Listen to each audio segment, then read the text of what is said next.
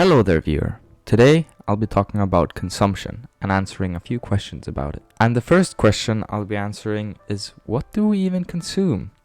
And the closest I could get to that was find a list of the most imported products in the year 2021. It is very hard to keep a database of what we consume because we consume so much. So the most imported products in 2021 are number 1, cars, $727 billion worth. That is a lot of cars. Second place is processed petroleum oils, so mostly fuel, at $720 billion. And third place is mobile phones, $768 billion. I'm only gonna list the top 3, but you can see all of them on screen, and all of them combined, all 200 of them, it's a list of 200, combined to around $10.3 trillion. That's a big number. Now, if you have a hard time visualizing 10.3 trillion, one 50-euro bill is 0.1 millimeters thick. And if you stack 10.3 trillion of them, you get 1,030,000 kilometers of distance. Now, if you would stack your 50-euro bills, you could get all the way to the moon, back, and halfway to the moon again. That is a lot of 50-euro bills. Now for the next question, where do the things we consume come from? Now for some people this might be pretty obvious, for some people it might not. The most producing country in the world is China. It produces a lot of stuff compared to other countries. If you have something and you think it's made in China, you can check, it says made in China on top, and most things you have are with high likelihood made in China. The second country that produces still a lot of things is the USA, but it's still a lot less. The difference between China and the US is huge. Now to answer the next question, who consumes the most, is a little bit more intricate, and I'll be using 2 types of measurements for this. HFCE, Household Final Consumption Expenditure, and GDP, Gross Domestic Product. HFCE is basically how much each household uses for the electricity bill or the hot water bill, basically normal necessities. And gross domestic product is how much money the country has in products and services each year. Now here's a list of the HFCE in each country and how much percent of the GDP that is and what year it is. And this might be a little confusing at first, for me it was, but here it says HFCE millions of USD nominal. That means that if you see the 18.5 million on the United States at first place, that means you add 6 more zeros, aka a million, to the real number. So it's actually $18.5 trillion. So here we can see the top 3 are the United States, then the European Union, and then China.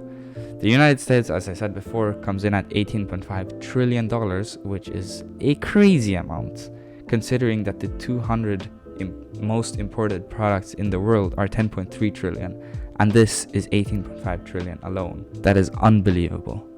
Now, on second place, we have the European Union at less than half, 8.7 trillion, and China at third place with 6.7 trillion. Now Estonia is pretty far down at 104th place at 15 billion, which is still a lot because there's only 1.3 million people in Estonia. So these are some interesting numbers to note. And the percent of GDP is also pretty crazy because that means a lot of money that we spend in household necessities is actually how much money the country has in services and products. So for example, the United States, 18.5 trillion is 69% of the GDP in the United States. So we do spend a lot of money on electricity and hot water and other necessities. Moving on to, when did mass consumption start? This is pretty difficult to pinpoint exactly, but it's mostly after World War II and in the 20th century that we started consuming a lot more than before. It was also called in the 1950s and 60s the economic boom, where we made a huge economic recovery and started to consume a lot more. So during that time period, around the 1950s to the early 20th century is when we started consume a lot more than we did before. Now this next question is quite interesting, and it's, why do we need to consume? And there's a pretty simple answer to it. We don't, but we do. What we really need to consume is mostly food and water, basically what we need to survive. Everything beyond that is pretty much optional. Buying things like nice clothes or an iPhone is definitely something we don't need to do, but it's nice or it might be helpful. But why we really consume is just part of psychology. I mean, things after food and water is not something we need, as I said before. And we think maybe, oh, my life would be so much better if I had this and that. Some people obviously also impulse buy things just to get dopamine or an adrenaline rush, which makes you excited for a little bit of time, and after a while you have so many things that you don't get satisfied by buying more things anymore, which in turn is probably gonna make you pretty sad and miserable. So don't do that. So how can we actually stop consuming as much as we do? Well, there's nothing wrong with buying and having things, but the moment you're giving up parts of your life, you're buying something you shouldn't have. Basically, you just need to follow Maslow's pyramid. At the bottom, you can see your basic needs, safety and physiological needs. Then, one step up is psychological needs, esteem needs and belongingness and love needs. And at the top, we can see self-fulfillment needs.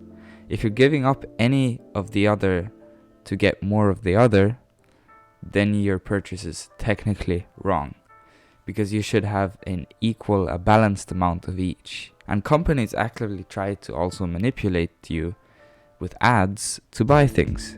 So in a combination of keeping your purchases balanced and not watching or getting manipulated by too many ads, we can try to buy less things. But it's still pretty difficult in this day and age to not get influenced by ads. They are very powerful.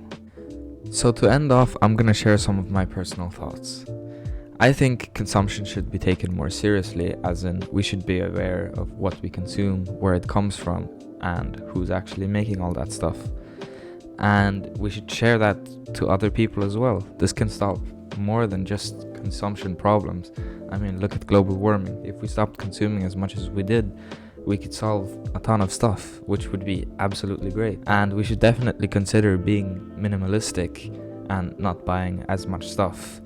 You don't need a full wardrobe of clothes to satisfy your needs, but you can definitely have some stuff. It's not wrong to have stuff, as I said before. And to end it all off, I think everyone should take a step back and think, do we really need all this stuff?